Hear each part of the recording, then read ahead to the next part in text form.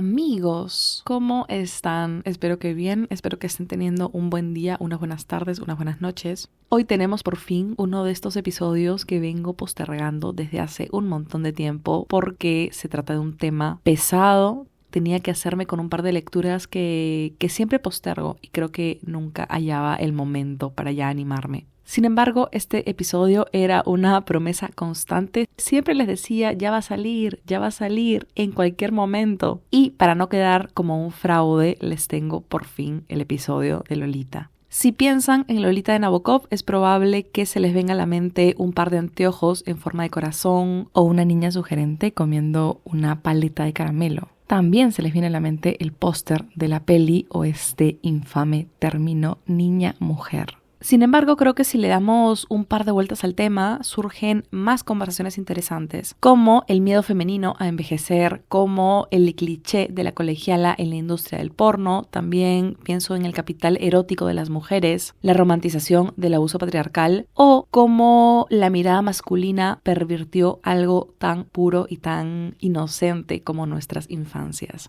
En el episodio de hoy voy a tratar de responder un poco esta pregunta que sigue tan vigente en nuestra sociedad y que estamos arrastrando desde hace tanto tiempo, que es ¿cómo es que normalizamos erotizar la infancia femenina y cuáles fueron los efectos de esto en nuestra cultura y nuestra sociedad? Y para responderlo vamos a pasar por Britney cantando Hit Me Baby One More Time vestida como colegiala, por las tradwives de TikTok, por esta tendencia de solo soy una chica, el famoso debate sobre las cubiertas del libro y por supuesto vamos a comprender este efecto Lolita como algo más que literatura. Así que los invito a que me acompañen a ver cómo es que todos los caminos nos llevan a Lolita. Y hay mucho que decir sobre este tema, pero como en sí es denso, voy a hacer mi mejor esfuerzo por mantenerlo en máximo 1 hora. Tampoco quiero sancocharles el cerebro. Y por supuesto, para hablar de este libro, voy a tener que hablar de violencia sexual a menores, de la sexualización de niñas, que es un tema fregado, pesado. Y si es un tema que prefieres no escuchar, normal, no pasa nada. Dejo esto como trigger warning. Y nada, empecemos porque hay mucho que hablar. En el año 55, un libro de portada verde cuyo diseño se limitaba a tener el título en el centro irrumpió en las librerías y también en la cultura como la conocemos. Pero quiero que retrocedamos un poquito más. Nabokov había terminado de escribir Lolita en diciembre del 53. Le había tomado 5 años hacerlo. Y debido a la naturaleza de la historia, él quería publicarla bajo un seudónimo. Él le mandó el manuscrito a las principales editoriales del momento, todas le dijeron que no, hasta que su novela llegó a manos de Mauricio Girondias, que era el fundador de Olympia Press, una editorial francesa. Esta casa editora publicaba libros pornográficos, pero también títulos polémicos. Esto a veces se pasa por alto, pero su catálogo se sostenía en libros que generalmente no eran publicados ni en Estados Unidos ni en Inglaterra. De hecho, esta editorial era la heredera de la del papá de Maurice, Obelisk Press, que había publicado libros que en su momento habían sido muy polémicos, como Trópico de Cáncer de Henry Miller o Invierno de Artificio de Anais Nin, porque ambos tenían pasajes eróticos. El primer tiraje de Lolita fue de 5.000 ejemplares, se agotaron, cosa que en Perú sería considerado un mega bestseller, pero para las cifras que movía Francia en ese momento tampoco es que Lolita representara un lanzamiento especialmente exitoso. Tampoco había levantado muchos comentarios en prensa. Sin embargo, cuando el año está por acabar, pues empiezan a salir las típicas listas de lo mejor del año y el Sunday Times incluyó Lolita como una de las 3 mejores novelas del 55. A esta reseña le respondió otra del Daily Express, que era otro diario inglés, en la que el editor definía a Lolita como, y abro comillas, el libro más sucio que he leído jamás. Lolita es pura pornografía desenfrenada. Y justamente esta disputa fue la chispa que prendió el incendio. Estoy segura que estos dos señores no imaginaron el efecto dominó que habían iniciado con su peleita de prensa. Si un libro creo que es capaz de despertar opiniones tan polarizantes, la gente lo quiere leer, lo necesita leer. Es como el audio de la señora a la que le dicen, mamá, he visto a Jesús. Y la señora le responde, show it to me, Rachel. Ya, todas somos esa señora católica. porque además, tiempo después de estas reseñas y a partir justamente de esta polémica, el Departamento del Interior de Inglaterra prohibió la entrada del libro al país. Y pocas cosas son más vendedoras como una prohibición. Al año siguiente, Francia se unió a la censura y una vez las aguas se tranquilizaron, en el 58, que es 3 años después de la publicación del libro, Lolita fue publicado en Estados Unidos, al año siguiente en Inglaterra, y ya con la traducción al inglés y toda la polémica detrás, no tardaron en seguirle otras traducciones. Y les quería contar esto porque yo siempre había creído que Lolita había sido de esos éxitos inmediatos. Creí que apenas se publicó había despertado a fans apasionados y a detractores a la par. Sin embargo, el éxito fue gracias a este debate, básicamente, que fue despertando la curiosidad y el morbo también de la gente. Creo que universalmente lo que se sabe de Lolita es que es la historia de un pederasta que encuentra en Lolita el objeto de sus deseos. Sin embargo, la historia en verdad es mucho más compleja que esta premisa. Para arrancar, este libro inicia con un falso prólogo. Un editor nos avisa que estamos por leer las memorias de un hombre que ha elegido escribir bajo un seudónimo, que es Humbert Humbert. Detalle interesante porque les conté que Nabokov quería publicar Lolita bajo un seudónimo también. La cuestión es que este hombre ha escrito sus memorias desde la prisión, desde allí es que se las hizo llegar hasta este editor y le comparte que todavía está a la espera del juicio. No le dice de qué es este juicio, pero podemos leer estas memorias como una suerte de testimonio hacia el jurado que va a atender su juicio, ¿no? Es todo como muy meta. Y después del prólogo, la novela no arranca con Lolita, sino que arranca con Humbert, con su infancia, con su primer amor, luego él crece, estalla la Segunda Guerra Mundial y él se muda a Estados Unidos, donde conoce a Charlotte Hayes, que es una viuda americana que busca un inquilino en su residencia. Y antes de que Humbert pueda negarse a alquilar el espacio porque no está muy animado, Charlotte lo lleva a su jardín y es allí donde conoce a Dolores Hayes, que está tomando el sol en esta mítica escena de la literatura y el cine. Y aquí los invito a retroceder un poquito. Les había mencionado que el libro, cuando explora la infancia de Humbert, nos habla de su primer amor, que era una niña llamada Annabel. Este es un homenaje a Annabel Lee de Edgar Allan Poe. Y ella fallece cuando es bien chiquita todavía. Entonces, él se queda con este tipo muy específico de niña de entre 9 y 13 años, 8 y 14, son su fijación y las llama ninfulas. Entonces, Lolita no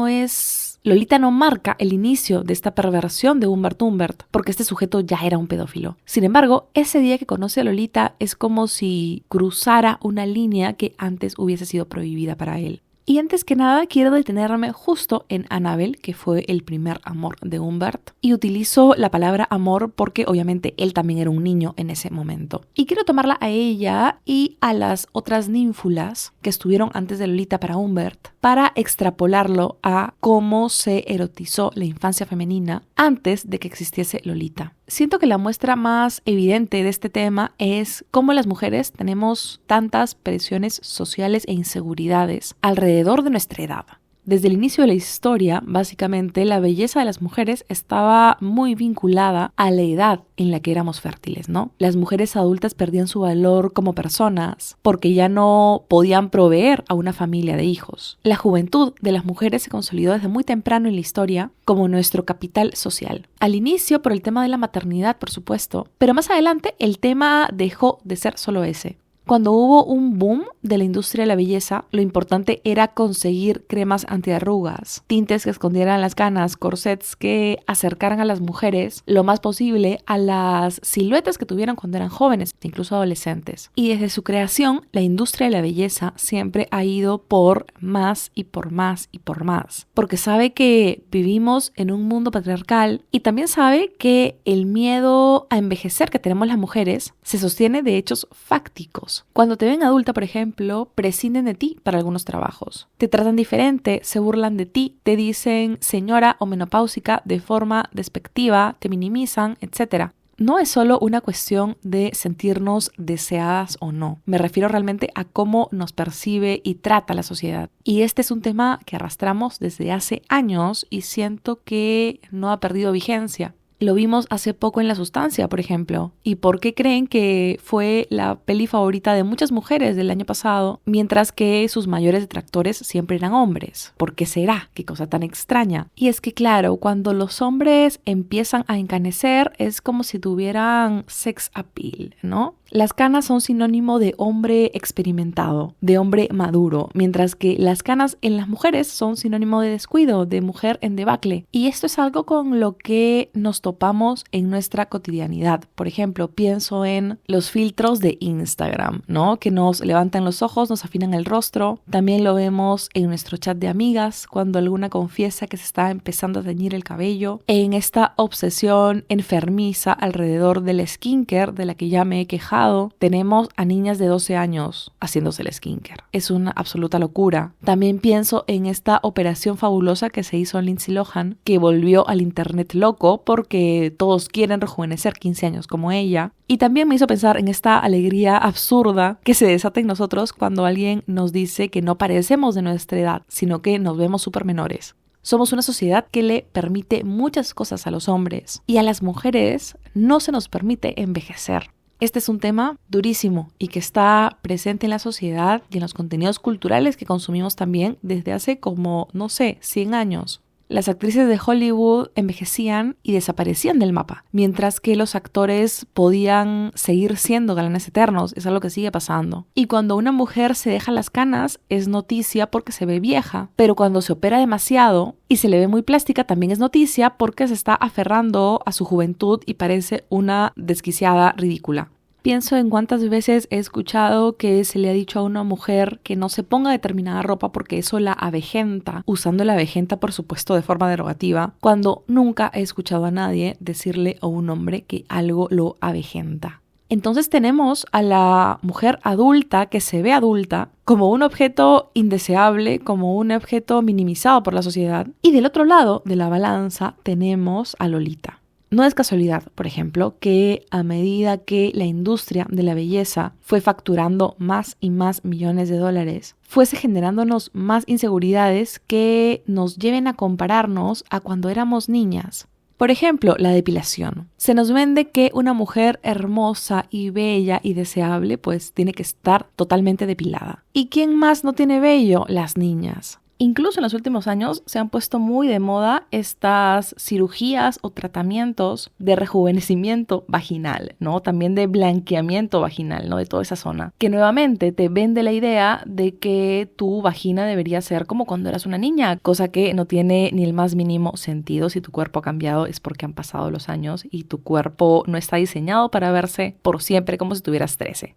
Y pequeños ejemplos como este, dentro de lo cotidiano hay miles, son infinitos, por eso les dije que todos los caminos nos llevan a Lolita. Pienso, por ejemplo, en estos TikToks de las meseras que hacen el experimento de con qué peinado les dejan más propina a los hombres. Y el peinado ganador siempre son las 2 colitas, que es un peinado clásico de niña. También se nos vende este discurso de que una mujer deseable usa un maquillaje sencillo, la cara lavada, ¿no? La cara lavada, obviamente, muy entre comillas, porque estos tuiteros incels que creen que las famosas realmente están sin maquillaje, que lo más cerca que han estado de una mujer fue durante su propio parto, que comparten fotos de famosas con maquillaje, pero maquillaje natural, y dicen, wow, fulana sin maquillaje, esto es una verdadera mujer, llévala a la piscina a la primera cita, y todo este tipo de estupideces, ¿no? Como si la cara lavada fuese sinónimo de algo mejor, algo más deseable, la piel sin acné, la piel muy lisa, y tener un poco el rostro de una niña. Finalmente todo esto nos lleva a hablar de violencia estética, de estereotipos de belleza, pero todo está muy vinculado entre sí. Creo que las líneas divisorias son bien complicadas.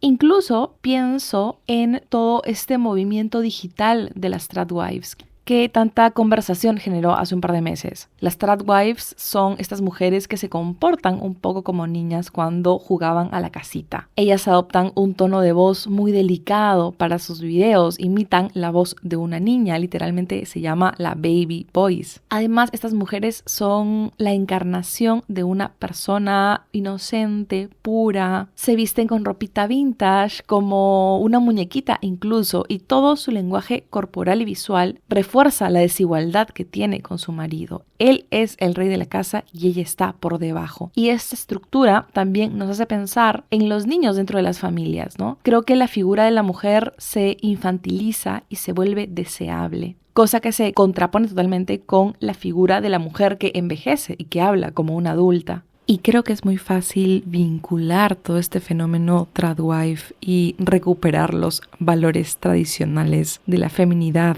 con toda esta estética que hay en internet del contenido de solo soy una chica. Porque a estos TikToks, a estos Reels de solo soy una chica, los acompaña el emoji del lacito, del osito de peluche, del conejito. Todo es un claro regreso a la infancia. Soy chiquita, no sé hacer números porque soy una chica, girl math. Y entiendo que por un lado es una tendencia del internet como las decenas que surgen día a día. Sin embargo, no podemos negar que hay un discurso de infantilizar a las mujeres. Pienso en estos videos de te explico tal asunto, pero en términos de girly pop, como si la realidad fuese demasiado dura o demasiado complicada para que nosotras la entendamos. Finalmente es una tendencia que nos va reforzando que si eres mujer está bien que quieras ser solo una chica, porque cuando eras una niña todo era más fácil y sencillo y deberías desear que todo siguiese siendo de esa forma.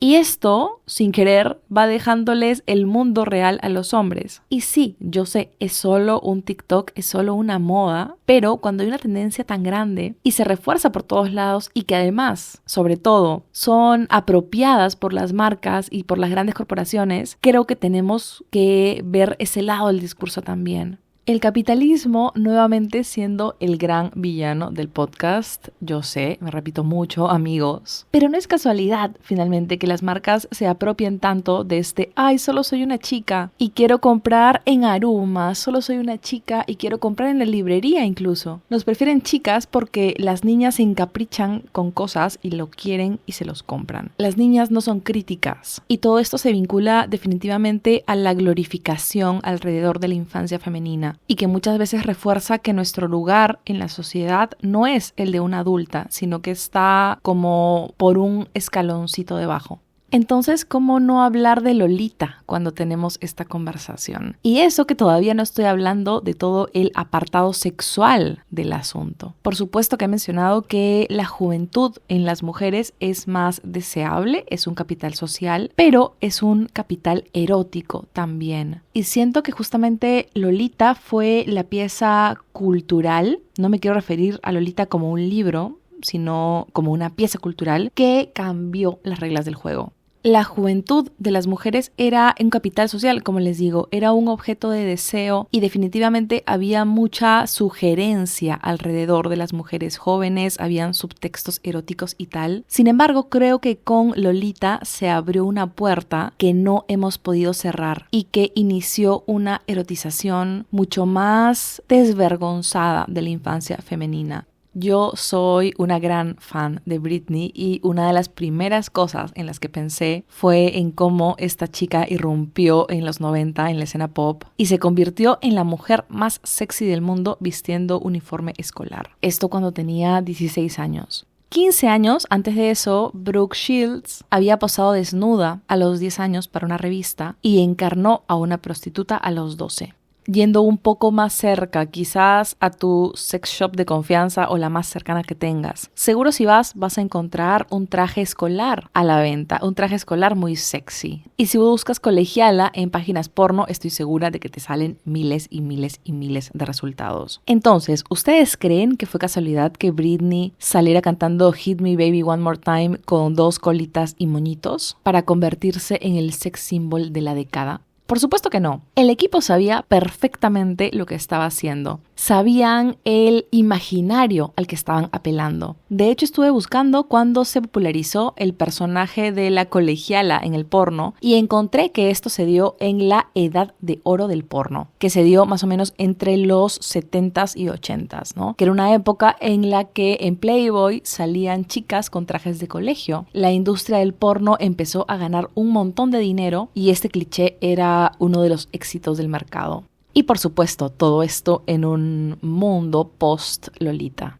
siento que estamos muy afanados con la palabra romantizar, cuando me parece que el término correcto para hablar de Lolita es erotizar o sexualizar. Esto porque me parece que es mucho más evidente, mucho más fácil de comprender que esta no es una historia de amor, antes que desmitificar a Lolita como esta niña mujer / femme fatal. Para esto quiero que volvamos a la trama del libro. Les había contado que Humbert conoce a Lolita en el jardín de su mamá. Justamente ella le estaba ofreciendo alquiler al protagonista. Y apenas él mira a Lolita, la convierte en el objeto de sus más perversos deseos y decide que va a vivir ahí y que por ende va a hacer todo lo que esté en su poder para estar cerca de ella, así tenga que casarse con la mamá de Lolita. Y de hecho, algo interesante también es el nombre de la misma protagonista. Ella es Dolores Hayes. Su mamá le dice Dolly, de muñeca. También le dice Lo o Lola. Y sabemos lo que Dolores significa en español, obviamente. Sin embargo, para Humbert, ella es Lolita. Se le despoja de su nombre que tiene un significado tan potente y se la renombra Lolita, que es algo más divertido, más coqueto o sugerente. Y aunque seguro ya lo conocen, igual quiero leerles el arranque del libro. Lolita, luz de mi vida, fuego de mis entrañas, pecado mío, alma mía. Lolita. La punta de la lengua emprende un viaje de 3 pasos paladar abajo hasta apoyarse en el tercero, en el borde de los dientes. Lolita. Era sencillamente por la mañana, cuando estaba derecha, con su 1,48 m de estatura, sobre un pie enfundado en un calcetín. Era Lola cuando llevaba puestos los pantalones. Era Dolly en la escuela. Era Dolores cuando firmaba. Pero en mis brazos fue siempre Lolita. Este es de los inicios más brillantes de la literatura. Ella es Dolores, pero él nunca la ve de esa forma. Para él, ella era Lolita. Y nada más en el arranque, el libro te está diciendo que el narrador tiene una visión absolutamente distorsionada de la mujer con la que él se obsesiona. Es como si él construyera el mito. Y aquí creo que es válido hacer un paréntesis porque hay 2 cosas en las que yo me sostengo. Una de ellas es que es trágico que hayamos normalizado la erotización de la infancia femenina y la otra es que Lolita es una gran novela. Y ambas verdades creo que pueden convivir en el mundo. Ya he hablado bastante de este tema en el podcast y es que no creo que la literatura deba dejarte una moraleja, un mensaje, una fábula. La literatura no tiene necesariamente que darte respuestas. Creo que es más interesante cuando te genera preguntas, te genera incomodidad o te lleva por lugares que no conocías. Yo soy súper hater de los libros aleccionadores o fabricados para darle un mensaje masticadito a sus lectores y cubrir una necesidad del mercado, una necesidad de un hashtag en Instagram. Y creo que si hay tantas personas que comentan que este libro sexualiza a niñas o hace que te pongas del lado del pederasta, es porque tienen un problema de comprensión lectora y o tienen la mente ya demasiado contaminada por la película. Y para esto yo soy enemiga de decir, ay, es que si no te gustó es porque no lo entendiste. Me parece un argumento hasta las huevas que no tiene sentido. Yo no estoy diciendo que si no te gustó Lolita es porque no lo entendiste, sino que si entendiste que este libro le lava la cara a los pedófilos y sexualiza a las infancias femeninas, estoy segura que no has comprendido lo que has leído. Por ejemplo, si yo leo Los 101 dálmatas desde la perspectiva de Cruella y la leo decir, uy, cachorritos, quiero despellejarlos para tenerme abrigo, no sé, no voy a decir, este libro glorifica el maltrato animal, pues porque tengo sentido común. Y entiendo que justamente si el autor me está compartiendo la historia desde el punto de vista de Cruella es porque me quiere presentar el cerebro retorcido de una persona desquiciada y desadaptada como Cruella. Hay un TikTok que dice, mi mayor defecto es asumir que la gente tiene sentido común cuando no lo tiene, y es verdad. Si estás leyendo que un hombre cuarentón ama y desea a una niña, tú sabes que está mal porque tienes sentido común. En Lolita ves de primera mano el tren de pensamiento que tiene este pederasta asqueroso y ves lo repugnante que son sus acciones, lo repugnante que es su manera de pensar, su forma de ver a esta niña. Y el autor deja tan en evidencia lo horrible e imperdonable de su actuar que no hay espacio para que sientas empatía por él. Otra cosa que pasa es que hay muchas críticas feministas a este libro que remarcan cómo no conocemos a Lolita. Dicen que es un personaje poco profundo, pero justamente esa es la intención. Desde la primera página, Humbert te dice, esta niña que no llega al 1,5 metros es Dolores, pero para mí es Lolita. Es trágico que no conozcamos quién es Lolita en realidad, pero no podemos esperar conocerla mediante Humbert, porque él no la conoce. Ella para él es una fantasía, es una de sus ninfulas. Y realmente normal si no te gusta Lolita, normal si no lo lees porque es una lectura complicada, normal incluso si lo lees y te parece horrible. Sin embargo, este argumento de que es un mal libro porque Lolita es un personaje plano o es un mal libro porque Lolita se sexualiza, creo tener una comprensión lectora muy bajita. Y además deja de lado los grandes temas de la novela, ¿no? Lolita es una historia de obsesión, de decadencia humana, de poder y manipulación, también siento sobre deseo masculino. En cierto punto de la novela, Humbert inicia un viaje por la carretera y es un poco el visitar el fin del sueño americano, ¿no? Cómo todos estos grandes ideales gringos maquillan una sociedad muy superficial, muy de apariencias y también muy podrida por dentro. La novela te muestra una realidad durísima. Lo que sufre Dolores es tremendo, es desgarrador y solo podemos verlo a través de este velo que coloca Humbert como narrador. Pero sus acciones son tan aberrantes que nos queda claro que es una situación de abuso, que es una situación violenta y que Dolores en ningún momento ha provocado nada de lo que le sucede. Ella siempre es la víctima de la novela y de hecho hay un caso real que parece haber sido inspiración para Lolita, aunque el autor nunca lo haya confirmado. Y así muy en breve, Sally Horner era una niña que cuando tenía 11 años fue secuestrada por un pederasta. Esto pasó en Nueva Jersey como a finales de los 40 y este criminal, después de raptarla, lleva a Sally en un viaje por carretera a lo largo de varios estados del país. Este viaje duró como 21 meses, casi 2 años, y él se hacía pasar por el papá de Sally mientras la abusaba y violentaba.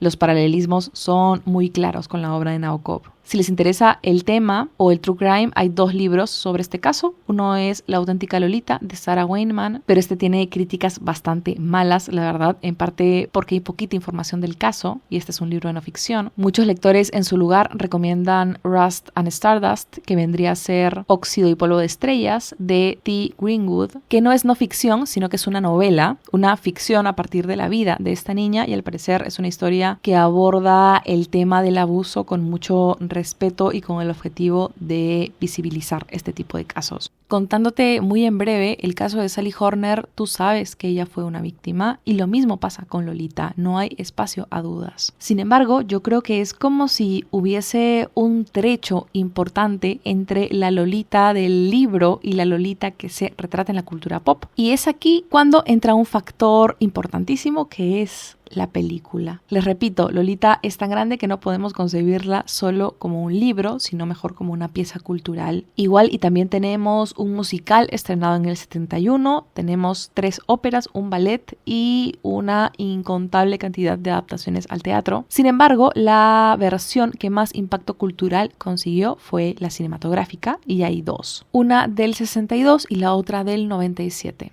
Y acá yo empiezo, claro, yo no creo que Lolita sea un libro que puede ser adaptado al cine. De ninguna manera. Sencillamente es un libro inadaptable. Y yo creo que si no se hubiese llevado a la gran pantalla, la historia de Nabokov no se hubiese distorsionado tantísimo. Así que hablemos de las películas. Como les digo, la primera fue del 62, 7 años después de la publicación del libro, y la dirigió Stanley Kubrick.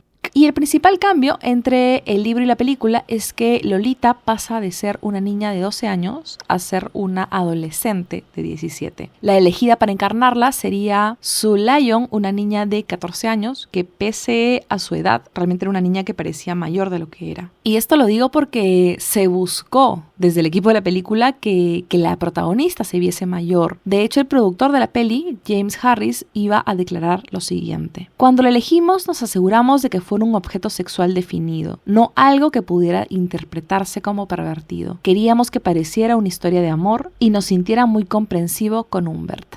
Esto es clave para la erotización de la infancia de la que les hablo hoy día. La Lolita del libro es una niña de 12 años. Lees la novela y sientes náuseas porque sabes que el objeto de deseo de este viejo inmundo es una niña de 12 años. Y no es que a los 17 el asunto deje de ser aberrante, sino que la Lolita de la película tampoco es una niña de 17. La Lolita de Kubrick está justamente diseñada para ser amigable con el público general, está diseñada para que el espectador entienda a Humbert y no lo vea como un pervertido, sino más bien para tenerlo como suspendido en la cuerda floja, ¿no? Este es un deseo prohibido, pero que no llega a incomodar demasiado. Y esto cuando el ADN y la fundación de Lolita es justo incomodar. Leer Lolita te remueve y te sacude y te da náuseas porque el actuar de Humbert es aberrante, porque se obsesiona con una niña de 12 años que tú ves como una niña de 12 años. Y justamente la película descafeinó este aspecto, que son las entrañas del libro. Es como una máxima traición a sí mismo. Y ojo, no es que yo proponga que Lolita deba ser protagonizada por una niña. Yo ya dije lo que creo que Lolita no se puede adaptar. Puedo rebatir cualquier argumento que me den, no me interesa. Lolita es inadaptable y se acabó la conversación. Nuevamente, el gran villano del episodio es el capitalismo. Sorpresa para nadie, amigos. Pero claro, las películas se crean para vender y la gente detrás sabía que había mucho potencial para esto. ¿Y qué sucede cuando pensamos en adaptar al cine una historia como la de Lolita? El centro de la novela es el terrible accionar de Humbert hacia una niña. Y para evidenciar lo inmundo que es este varón, su víctima tiene que ser una niña. Y sencillamente no se puede exponer a una niña actriz a besar a un actor adulto o mucho menos a grabar escenas sexuales o eróticas. Y les quiero también mencionar todo esto porque, a ver, este podcast tiene muchos enemigos públicos, yo estoy incluida, soy mi principal némesis y hater, me sigue mi mamá y esta lista infame de enemigos incluye muchas veces a los hombres porque es gracioso odiarlos y porque son horribles muchas veces. Sin embargo, creo que pasa mucho que este discurso de muerte al macho y tal en internet se vuelve muy superficial porque evade responder cuestiones incómodas y termina minimizando algunos asuntos a sencillamente, bueno, es así porque son hombres y son horribles y ya está. Y no tomen esto como una defensa del género masculino, por favor, no es mi intención, sino que se los digo porque justamente si se ha erotizado tanto la infancia femenina a partir del imaginario visual de las películas de Lolita, es porque se trata de una infancia femenina diseñada para el deseo masculino. El mismo productor lo compartió, se buscó a una actriz mayor de 12 años y que se viera mayor de la edad que tenía para que Humbert no se viera como un pervertido y para que su pasión desbordante por esta niña se vea justificada. Y obviamente es problemático que los hombres sexualicen a las niñas, que consuman porno con actrices que simulen ser menores o que justifiquen estas relaciones abusivas entre víctimas y victimarios. Todo esto los hace hombres horribles, no los voy a defender. Sin embargo, esto es como parte del efecto dominó de que la infancia femenina haya sido mostrada a través de una mirada patriarcal y erotizante. Yo creo que si en la primera película de Lolita, saliendo de todo el debate de los actores, por ejemplo, yo creo que si en la primera peli de Lolita te mostraban a una niña de 12 años que actuaba como una niña de 12 años, que en ningún momento, por supuesto, sedujo a Humbert y no es ningún sex symbol ni femme fatal, pues los espectadores hubieran salido de la película con la panza revuelta. Definitivamente hay hombres que sí ven en las niñas objeto de deseo, son pedófilos, son pederastas, me causan un asco tremendo y no estoy negando la existencia de estos elementos en nuestra sociedad. Sin embargo, creo que culturalmente aceptamos con tanta facilidad este tropo de niña mujer y femme fatal y sex symbol y niña seductora porque los hombres detrás de esta película moldearon el personaje hasta esa deformación. Hicieron de una trama incómoda algo más digerible, algo más comercial, algo más vendedor, y en este tramo Lolita pasó de ser una historia de abuso a ser una historia sensual y prohibida e instauró un discurso que hasta ahora ha permeado en la sociedad.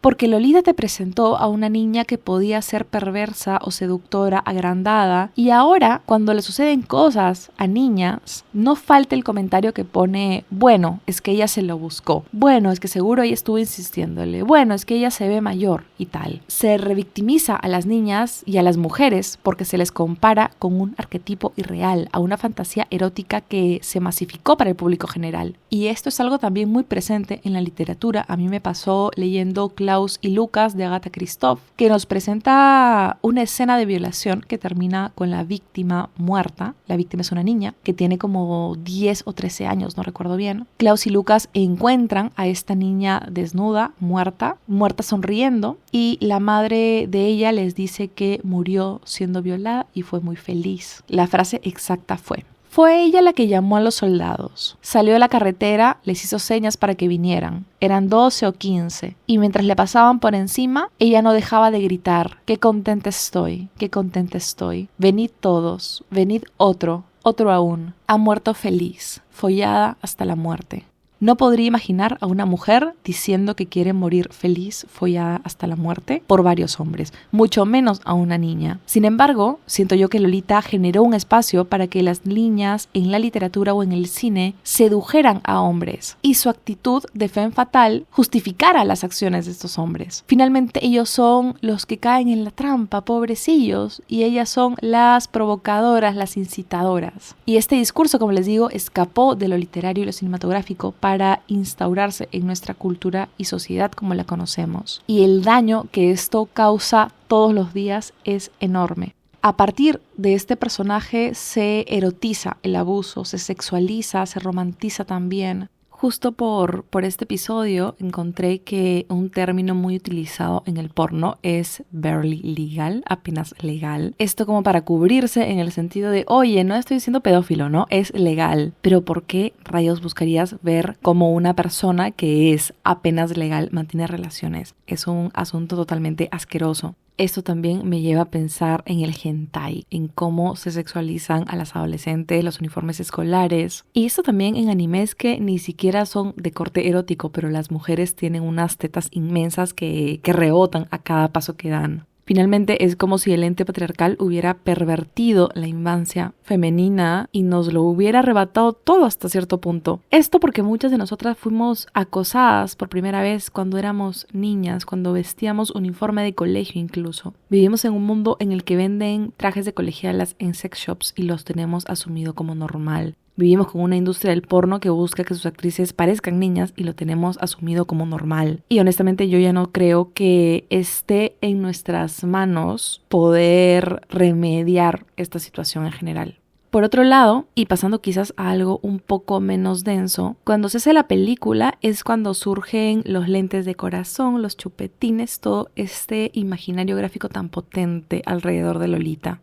Y ojo, cuando el libro se publicó tenía una portada verde que les dije que solo tenía el título con letras negras, porque el autor fue tajante en solicitar que no hubiesen niñas en la cubierta. Hay un libro que estuve chequeando para este episodio titulado Lolita, The Story of a Cover Girl, que justamente explora el arte y el diseño que ha tenido esta novela a lo largo de la historia. Y la cubierta de este libro en sí es maravillosa. Realmente qué delicia cuando el diseño de cubierta, el diseño de editorial se hace bien, con cerebro. A mí me encanta. Igual la cubierta va a estar en Instagram, pero se las puedo describir un poco. Es un libro verde como el original y con líneas blancas se forma como un rectángulo dentro de la cubierta y es allí donde dice Lolita, la parte de Lolita, The Story of a Cover Girl, en un claro homenaje, ¿no?, a la cubierta original. Y por fuera de este rectángulo está la frase que Nabokov le dio a su editor sobre lo que quería para el diseño del libro, que vendría a ser, en una traducción mía muy básica, algo como: quiero que tenga colores puros, nubes derritiéndose o detalles dibujados con precisión. También puede ser el resplandor del sol sobre la carretera que se aleja con la luz reflejada después de la lluvia, y no niñas. Y esto se respetó apenas se publicó el libro. Sin embargo, un par de años después se reeditó el libro con la cubierta de la peli de Kubrick y el resto es historia. He armado una selección de portadas infames, van a estar en Instagram y TikTok, y también otra que sí siento que captura muy bien el espíritu del libro de Nabokov, pero yo igual les recomiendo mucho que busquen más portadas porque mi selección de infames no abarca lo terrible que es la oferta en general, porque obviamente no puedo postear desnudos en Instagram y muchas de estas cubiertas incluyen desnudos, cosa que es una absoluta locura, desnudos en la cubierta sobre un libro de abuso a una niña de 12 años. Asqueroso, pero en fin. También lo que he hecho es centrarme en portadas reales, porque hay muchos diseños en internet de cubiertas de Lolita y creo que nos sirven en el sentido de que nos dan una línea de cuál es el imaginario colectivo alrededor del libro, pero creo que si no es un diseño aprobado por un grupo editorial, la verdad es que tampoco nos da mayores luces de cómo este pacto patriarcal erotiza la infancia femenina. Una cosa es que un diseñador haga una cubierta y la postee en Behance, que hay cosas horrorosas. Vi una de una vagina con un cerebro muy desagradable. Y otra cosa muy distinta es que un diseñador haga una portada nefasta y nadie del equipo editorial pueda detener que se publique, ¿no? Que nadie levante la bandera roja. Que las cubiertas que les comparto hayan sido aprobadas por toda una línea de procesos editoriales me parece a mí que es lo escandaloso. Y si nos ponemos a analizar los diseños de internet, ahí sí no acabamos nunca. Volviendo al libro que les mencionaba, uno de los autores es John Bertram, que es un arquitecto californiano que se dedicó por muchos años a documentar el universo gráfico alrededor de la obra de Nabokov y no podía sacar de su cabeza este manejo tan contradictorio que se le había dado al tratamiento visual en general de Lolita.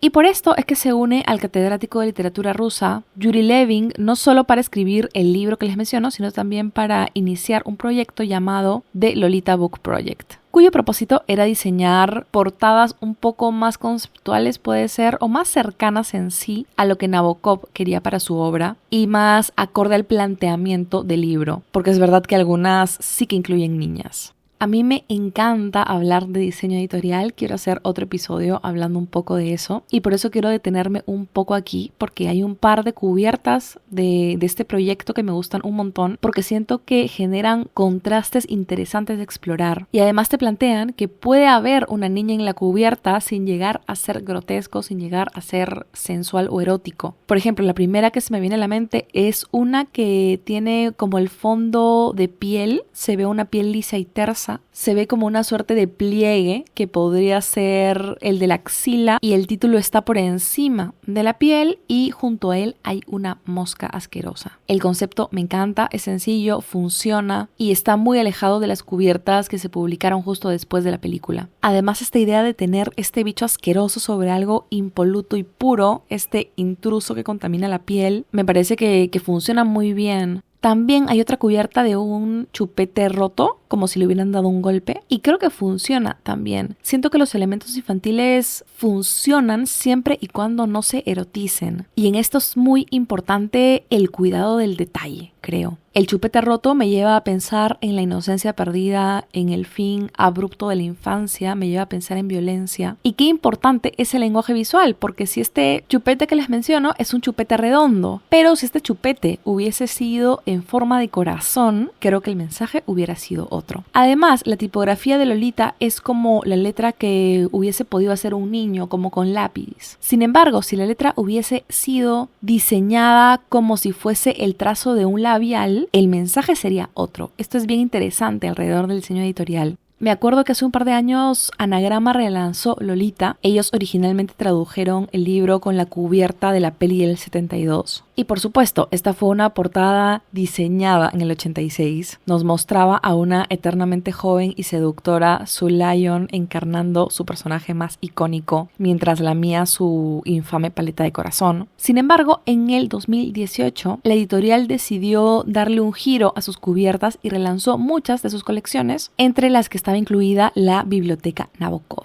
En palabras de Jorge Herralde, que es el fundador de la editorial, el objeto de estas bibliotecas es justamente proponer de nuevo a estos grandes autores, con características gráficas más específicas para nuevos posibles fans, la mayoría millennials. Claro, o fetichistas completistas. Y para ello eligieron el trabajo de la ilustradora coreana Hen Kim. A mí personalmente no me gusta nada el trabajo de esta ilustradora. Sus líneas me parecen muy duras, me parecen ilustraciones súper básicas. Cero propositivas, cero creativas. Creo que juega con un imaginario bien limitado de lo que es la sexualidad femenina. Pero bueno, yo no chambeo en Anagrama. Y su trabajo orbita justamente alrededor de la feminidad de mujeres que sienten mucho. Y entiendo cómo esto puede ir encaminado con una propuesta para Lolita. Sin embargo, les quiero leer una declaración de Armando Fidalgo, que es el director creativo de Compañía, que es la empresa de diseño a la cual Anagrama contrató para este relanzamiento. Y Fidalgo sostiene: ella representa una identidad femenina muy contemporánea, una sensualidad que congeniaba con las protagonistas y los personajes de Nabokov.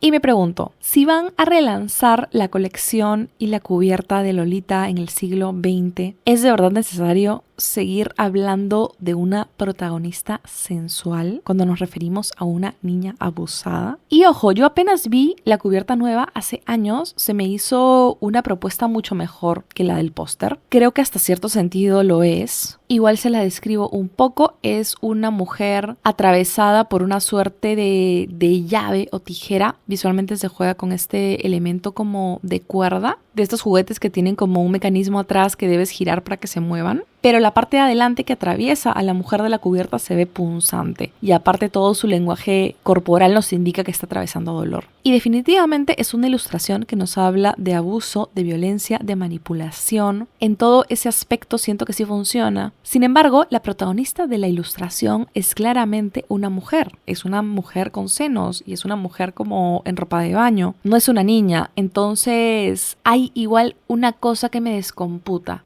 No sé por qué poner a una mujer en ropa de baño, ¿me entienden? Y volviendo un poco en general al diseño editorial, siento que hay algo muy perverso en sexualizar el universo gráfico infantil. Que una niña chupando un caramelo se convierta en algo sexual es asqueroso y perverso. Que una niña en ropa de baño tomando el sol se convierta en un icono erótico y sensual es perverso y asqueroso. Es como si Nabokov hubiera escrito una historia que después de la primera peli se observara detrás de los famosos anteojos en forma de corazón de Lolita. Y de hecho, cuando inicia el casting de la primera película, Nabokov sugiere a Catherine de Mongot para encarnar a Lolita. Y ustedes, si googlean Catherine de Mongot a los 12 años, van a ver a una niña que se ve muy niña de 12 años. Y definitivamente verla a ella como objeto de deseo en esta película hubiese horrorizado al público. Y esto sin mencionar obviamente lo traumático que hubiera sido el proceso de grabación para la niña.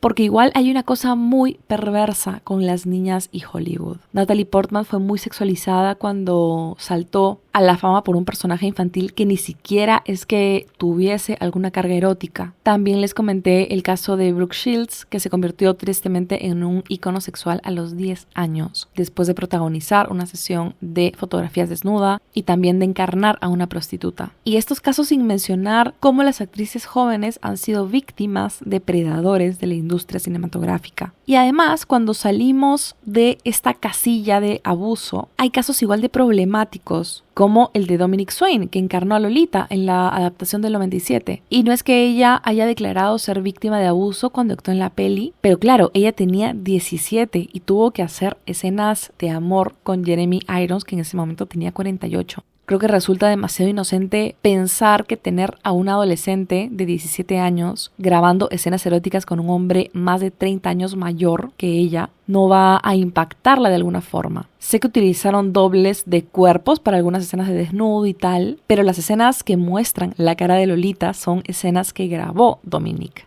Yo no he visto las películas, no he visto ninguna. Leer Lolita ya fue duro y no me sentaría de manera voluntaria a ver escenas eróticas entre una niña y un señor. Y creo justamente que el capitalismo y esta ansia de generar más y más dinero creó un monstruo que ha ido mutando a lo largo de la historia. Y definitivamente hoy sigue tan vivo como en los 60s, pero está como más camuflado entre nosotros. Creo que su naturaleza es la misma, pero el tiempo ha hecho que ajuste su ecosistema y se vuelva parte de nosotros. Y saliendo un poco de las pelis y volviendo a Nabokov, hay algo que también tengo que mencionar en este episodio. En el 39, el autor escribió una novela corta titulada El hechicero, que es una suerte de predecesora de Lolita. Pues esta novela nos presenta a un señor que conoce a una niña, queda prendado de ella y para mantenerse cerca de la niña decide casarse con su mamá. Las similitudes son innegables.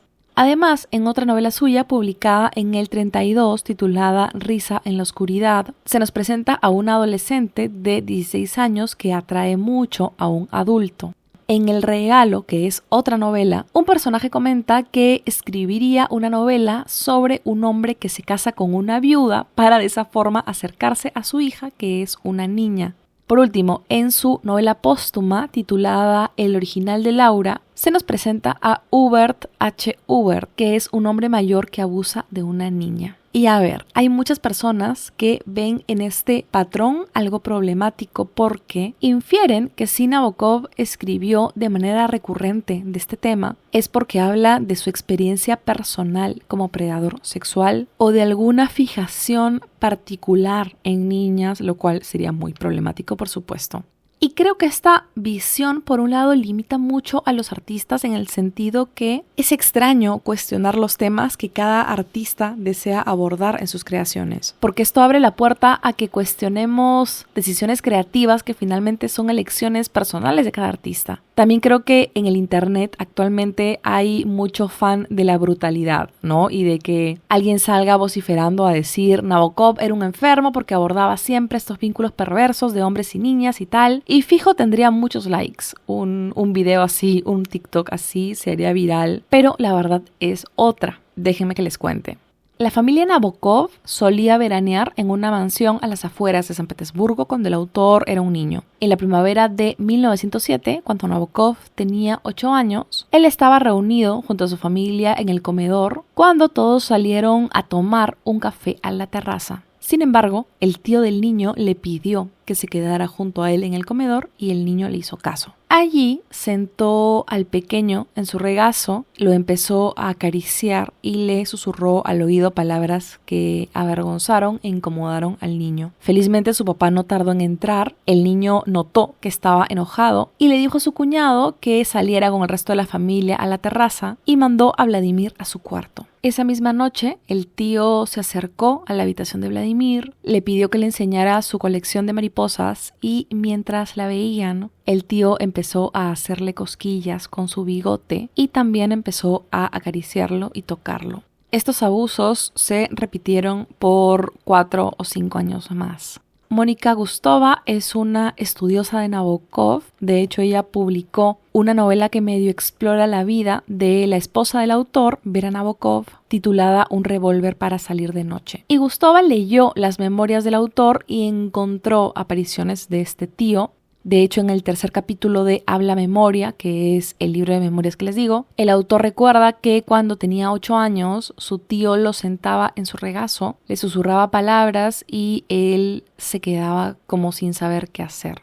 En el post que he preparado del episodio voy a dejar una foto de esos veranos del tío con Vladimir y el lenguaje corporal, amigos, es una cosa horrorosa. Es una foto escalofriante porque el tío sujeta mucho a Vladimir, te da un mal cuerpo, es una cosa horrible y creo que saber esto nos hace entender por qué el abuso a los niños puede ser un tema recurrente en la obra del autor. Y esto creo que añade una capa de dolor bien particular a todo el efecto Lolita, porque es como si el autor hubiese dedicado su obra a retratar algo horroroso de lo que fue víctima y la sociedad se hubiese esforzado por distorsionar por completo lo que él nos estaba diciendo y hacer de la víctima una femme fatal. Y no quería dejar de mencionar todo esto porque me parece muy bajo que se deslice que esta fijación por contar este tipo de historias podía nacer de una perversión del autor, cuando más parece ser una forma de exorcizar sus demonios personales, ¿no? Es un caso muy triste. Y justo por esto no podía terminar el episodio sin antes recomendarles un par de libros que exploran el abuso sexual a menores desde la perspectiva de las víctimas. Siento que si hablamos de Lolita, esto es un paso obligatorio para mí. Si llevamos tantos años en una sociedad que normalizado la erotización de la infancia femenina, es necesario recordar testimonios que ponen luz sobre las víctimas y también recuperan sus voces.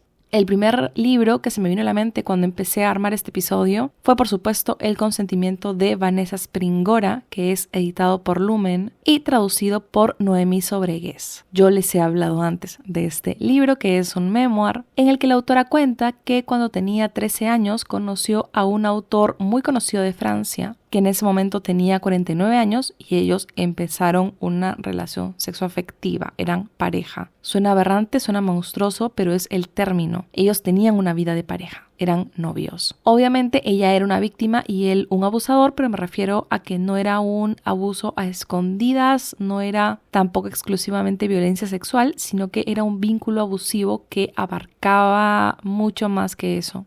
Este libro fue clave en el movimiento Me Too en Francia, porque el hombre repugnante del que les hablo, Gabriel Masneff, era un referente cultural, un genio creativo. Entonces este libro destapó esa olla de grillos y denunció no solo al autor, que es importante, sino que también denunció a la gente que sabía de sus novias menores, a toda la movida cultural básicamente del país. Y pese a que tantas personas sabían el tema, nada lo movía del podio cultural en el que estaba situado. Incluso había publicado, como 10 años antes de conocer a la autora, un ensayo en el que confesaba que estaba obsesionado con niñas menores de 16 o que había estado con niños y niñas que eran traficados sexualmente. Y me acuerdo que en el episodio en el que recomendé este libro, comenté que me causó ruido el título porque las relaciones de abuso a menores no dan espacio a cuestionar si es que hubo consentimiento o no lo hubo. Es abuso, no hay consentimiento. Sin embargo, el título es porque la autora se tortura mucho a sí misma a lo largo de los años porque ella siente que consintió esta relación. Bueno, que en su mente era una relación, no un abuso. Y ello era, por supuesto, reforzado por todas las personas que estaban en su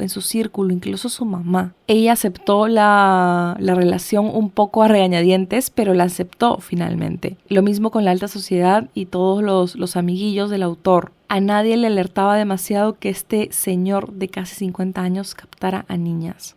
Y este libro es valioso por la conversación que generó, por todo el movimiento que se fue despertando a partir del testimonio de la autora y cómo es tiempo de visibilizar estos abusos. Y también visibilizar lo despiadada que ha sido la sociedad al permitir en su cotidianidad estos vínculos abusivos. A mí el tema de la mamá me conflictúa un montón, me parece súper denso. Porque claro, a la mamá en un inicio no le gusta el sujeto este. Pero claro, a nuestras mamás puede no gustarnos nuestro novio por feo, por malcriado, por apestoso, no sé. Pero el término no gustar creo que es demasiado ligero cuando estamos hablando de una dinámica de abuso y poder entre un señor y una niña de 13. Y sobre todo este ámbito familiar, hay un pasaje en particular en el que ella recuerda haber estado jugando con una Barbie y un Ken y los pone a besarse. El papá se acerca a ella, ve los juguetes y le dice, así que follan, ¿no? Y ella recuerda que se sonroja, que se siente incómoda y suelta algo como, algunas personas no entenderán nunca nada del amor. El libro está lleno de estos pequeños momentos cotidianos que delatan toda la violencia bajo la que vivimos cuando somos niñas. Y este libro nos habla de primera mano de las consecuencias emocionales de sufrir un abuso de esta naturaleza cuando se es una niña. La autora te habla de cómo ella creció con una idea totalmente distorsionada de lo que es el amor. También te habla de cómo su sexualidad y su relación con su propio cuerpo han tenido que pasar por un viaje tan largo y complicado por culpa de este sujeto. El consentimiento es la crónica del abuso. Es como acompañar a la autora durante ese momento en el que se le cae la venda de los ojos y puede contemplar su infancia como fue en realidad, porque todo esto es algo que ella en su momento considera normal, cuando por supuesto que no lo era. Y visitar su infancia es muy doloroso, es un viaje emocional complicado, es un libro sobre manipulación, sobre culpa, sobre inocencia y también un poco sobre lo que significa ser mujer, aunque esta categoría resulte un poco gaseosa a veces. Y creo que de sus principales aciertos es que no se quede en el abusador. Por supuesto que denuncia a este pata inmundo, pero denuncia a la sociedad y cómo nadie cuestionó su relación con el escritor. Por eso siento que este libro cae tan ad hoc con este episodio. Es un librazo súper recomendado, pese al tema, yo creo que se lee al toque y la autora tiene una sensibilidad y una lucidez tremendas. Así que si les interesa el tema, creo que se lo pueden apuntar. Otro libro que va mucho en esta línea y que justo leí para el episodio de hoy es La niña en la banquisa de Adelaide Bond, que está editado por Anagrama y traducido por Cristina Selig. Igual, y abro un paréntesis importante, creo yo. La autora de este libro es francesa, así como la autora del Consentimiento, así como la autora de Viaje al Este, que es un libro que tengo apuntado hace tiempo y todavía no he podido comprar, que narra la violencia sexual de la que fue víctima la autora a manos de su padre desde que fue una niña. Además, también tenemos el infame caso Pellicot sobre este hombre que violó a su esposa por años mientras la tenía drogada. Una cosa horrorosa, realmente no tengo más palabras para describir todo el horror de este episodio. Pero no sé si sepan, la hija de ambos publicó un libro al respecto hace poquito que ha traducido Seix Barral y se titula Y dejé de llamarte papá. Justo a propósito del caso Pellicot, hace un par de días explotó el caso de un cirujano acusado de violar como a 300 niños. Esto nuevamente en Francia. Y con esto no digo que haya una relación directa o que haya más violencia sexual en Francia. De hecho, a partir de que noté este patrón, busqué info al respecto y encontré que este es el país que registra la cifra más alta de denuncias por delitos sexuales entre los países de la Unión Europea. Pero de acuerdo a la tasa por habitante, digamos que el país se sitúa por debajo de otros como Bélgica o Suecia. Creo que la violencia está encarnada en muchos de nuestros países. Yo vivo en un país que odia a sus mujeres. Sin embargo, creo que quizás en Francia sí se genera mucha conversación al respecto. Creo que este es un tema latente y que han surgido muchas voces de mujeres que denuncian y que generan bulla. Esto también quizás nos dice por qué hay tantas denuncias. Porque las mujeres saben identificar el abuso e ir a las autoridades. Y me parecía importante hacer este paréntesis porque justamente la editorial que publicó Lolita por primera vez era francesa, entonces me pareció que todo se conectaba. Pero en fin, volviendo al libro que les mencionaba, La niña en la banquisa, yo lo compré hace años. Gracias a Goodreads tengo la data exacta y lo compré en el 2021. Y es que el tema me interesó, pero no es de los libros que a uno se le antoje leer. De hecho, me encanta tener este podcast porque me obligo a veces a tomar libros como este que suelo postergar y terminan siendo grandes lecturas. Y les cuento, no quería leer La niña en la banquisa porque nos habla de abuso sexual. Cuando la autora tenía 9 años, un hombre desconocido la agrede sexualmente. Ella regresa a su casa, su mamá la ve con un rostro extraño, le pregunta qué pasó y ella le cuenta lo que le ocurrió con este sujeto. Entonces la familia se apura a ir a la policía, hacen la denuncia, digamos que cumplen con todos los checks. Y a partir de ese día, la vida de Adelaide nunca volvería a ser la misma. Ella medio que bloquea este episodio, se siente con mucha culpa y no sabe por qué, se siente con mucha vergüenza y no sabe por qué. Y es desgarrador ver cómo ella se esfuerza por encajar y por reír para sencillamente hacer sentir tranquilos a sus papás.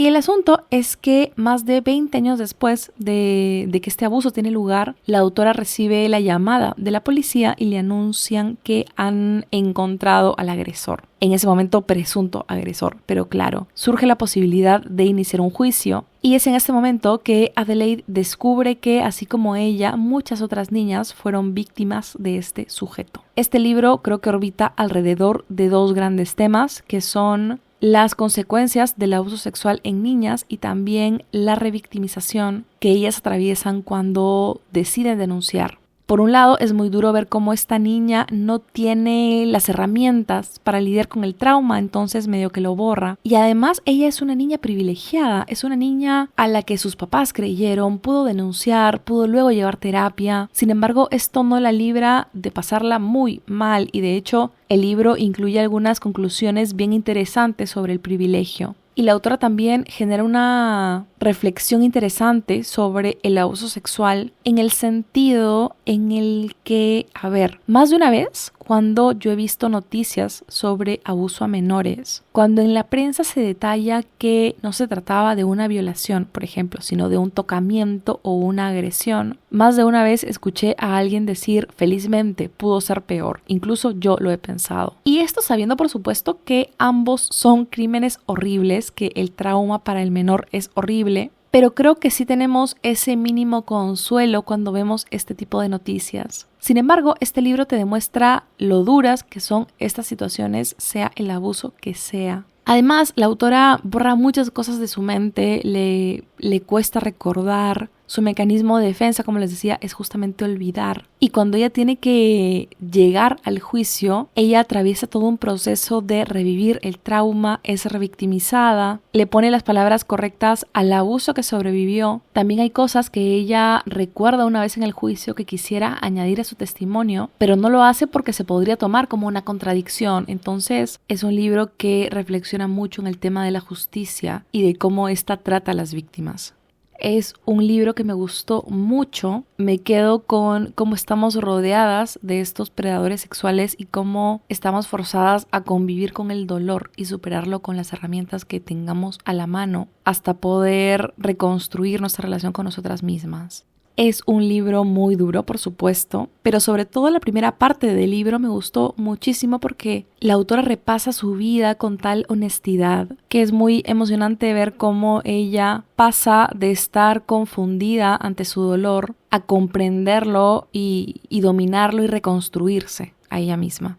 Justamente hace nada leí 2 o 3 cosas que tengo claras de Dorothy Allison, que está editado por Errata Naturae y traducido por Regina López Muñoz, y es un memoir de la autora en el que ella explora su infancia y juventud a través de las mujeres de su familia. Es un libro sobre madres, sobre tías, primas, hermanas, y es también un libro sobre clase porque ella identifica a su familia como parte de la white trash, que es este término despectivo con el que se refieren a la gente blanca de la clase baja, de la clase que no accede a una educación universitaria o que es socialmente marginada. Igual y este libro es muy breve, me parece que son algo de 110 páginas y el libro tiene fotos. Yo lo leí en la cola del RENIEC mientras esperaba el trámite del DNI y explora también el abuso de hombres mayores con niñas de una manera brutal y sobre todo siento yo se centra en las dinámicas familiares alrededor de este abuso. Igual y este libro quiero que sea protagonista de otro episodio porque me ha encantado, es de mis lecturas del año, pero no quería dejar de recomendarlo siquiera un poquito hoy día. Igual hay muchos más libros que abordan este tema. Yo en TikTok e Instagram voy a preparar un post con más libros que pueden chequear si es que les interesa. Yo tengo, por ejemplo, muy mapeado el de Mi sombría Vanessa, que es una novela que tiene súper buenos comentarios y que nos presenta a una mujer que se entera que han denunciado de abuso sexual a su profesor y ella va recordando la historia de amor, muy entre comillas, por supuesto, que tuvo con él. También voy a compartirles en Instagram más libros sobre Lolita en sí, por si les interesa el tema. Yo me compré hace un par de meses por Buscalibre Territorio Lolita de Ana B. Clavel. De hecho, aprovecho para recordarles que tengo un enlace de Buscalibre y si compran libros en la web mediante mi link, yo obtengo una comisión y lo agradezco mucho. Es una forma de apoyar el podcast porque con las comisiones me compro más libritos y nutro el contenido que les hago por acá. Pero bueno, yo me compré el libro el año pasado justo pensando en este episodio y la verdad no lo terminé porque está más centrado en la construcción de la ninfula como personaje y los alcances más literarios de esta novela. Y está súper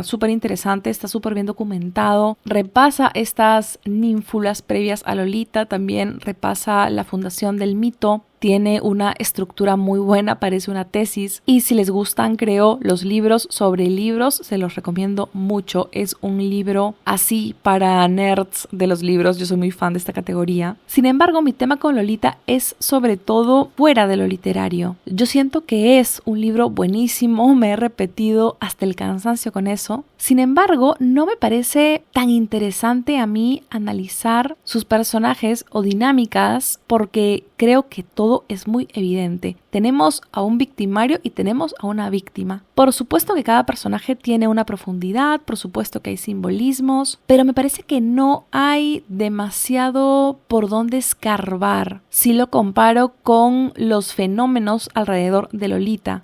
Me parece muy interesante defender el lugar que merecen los libros como este, que no necesariamente se acomodan a nuestra escala moral y que nos recuerdan que la literatura también puede incomodarnos y llevarnos por lugares por los que no desearíamos ir. Y por supuesto también todo este efecto que ha tenido sobre cómo vivimos en un mundo que normaliza haber erotizado la infancia femenina hasta este punto, que quizás es ya el del no retorno. Todo este fenómeno me parece muy digno de analizar y de conversar. Y bueno, amigos, espero que les haya gustado el episodio. De verdad me he esforzado mucho para explorar los temas que me interesan de manera digerible, porque creo que si queremos detenernos realmente a hablar profundo de cada uno de los temas que he mencionado hoy día, podríamos tranquilamente tener un episodio de 6 horas en el podcast. Estoy orgullosa de mí porque me he sacado de encima un episodio que tenía pendiente desde hace mucho. Es muy satisfactorio sacarlo de mi checklist. Así que si les ha gustado el episodio, por favor compártanlo porque creo que el algoritmo no va a ser demasiado amigable con este post por la naturaleza del tema, así que lo agradecería mucho. Además pueden dejarme un comentario sobre qué tal les pareció, ya sea en Spotify, YouTube, TikTok, Twitter. Me encuentran como @unamalalectora. Si van a darle oportunidad a alguno de los libros de los que hablé hoy día o sencillamente quieren apoyar este podcast, pueden usar mi link a Buscalibre para comprar los libritos que deseen, cosa que yo puedo comprar los que me faltan a mí para armar los siguientes episodios. Como les dije, he preparado un post medio diferente porque tengo una selección de libros sobre Lolita, otros libros inspirados por Lolita, también hay más lecturas alrededor del abuso. Entonces creo que he armado como que una guía de lectura alrededor del tema en general. Y esto además de los libros mencionados en el episodio. Así que nada, amigos, fue un gusto. Me voy a editar. Me voy a ser esclava de mi programa pedorro de edición de audio. Fue un gusto. Espero que hayan disfrutado de este episodio. Voy a tomarme una coquita para celebrarme y les mando un muy fuerte abrazo. Me escuchan la próxima semana. Chaus.